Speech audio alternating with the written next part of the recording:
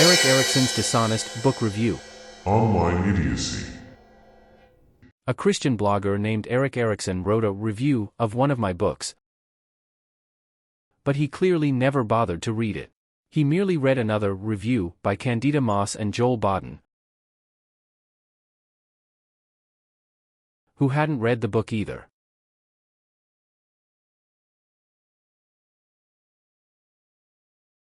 I called out Moss and Baden in the February-March 2018 edition of Free Inquiry,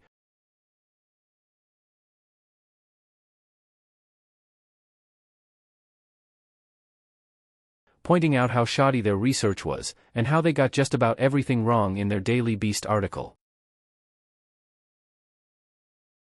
And the title of Erick Erickson's book review was, get this, Michael Pakovich's Foolishness. It's not a huge surprise that Erickson apparently didn't even bother to fact-check Moss and Baden. If he had put any effort into it at all, he would have discovered the plethora of errors and fallacies in their hastily cobbled and libelous article. And had they submitted that tripe to a reputable venue instead of the Daily Beast, Moss and Baden surely would have been rejected. But they read about my book, and never actually read the book, and that got their religious panties in such a Gordian knot that they just had to do something about it, even if that something was blatantly dishonest and libelous. Poor angry Erick fell into the same lazy trap, ostensibly after reading the error-riddled Moss-Baden article in the Daily Beast. Erickson is not alone in his lazy and dishonest approach to journalism. As I mentioned, Moss and Baden published their review of my book without reading it. So did the following authors, all Christians: Billy Hollowell, James McGrath, Carrie Lodge, Ken Gilmore, and Amanda Casanova.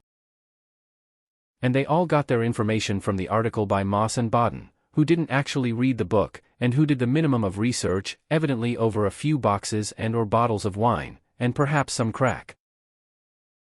See my comment on Hollowell's Dishonest review, in particular, here. Mr. Erickson, don't you think it might be a good idea to first actually read the book that you're going to critique? Or do you enjoy receiving the coveted Blind Critic Award?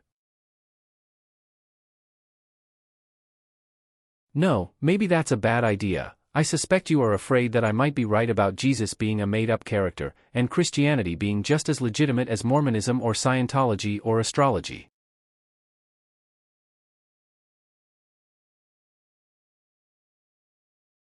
Still, what you did was deceitful and unprincipled. I urge you to be honest, and read the Free Inquiry article cited above, schooling some university professors, if you are brave enough.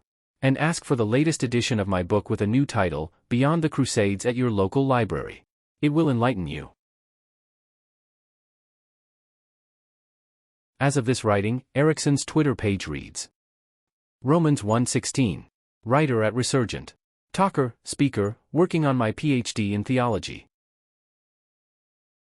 Working on a PhD in theology? Really? How ignoble. Mr. Erickson, if I may quote myself, following is an accurate definition of theology. Noun. The study of fictional deities, and the rituals and propitiations that humans have constructed around them over the centuries. Congratulations on essentially choosing mythology as your area of study.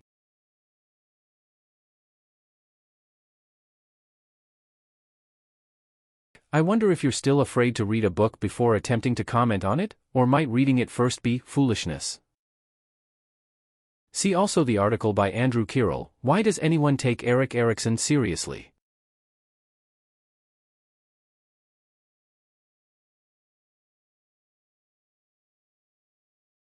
Apparently in 2009, Erickson called retiring Supreme Court Justice David Souter a goat-fucking child molester.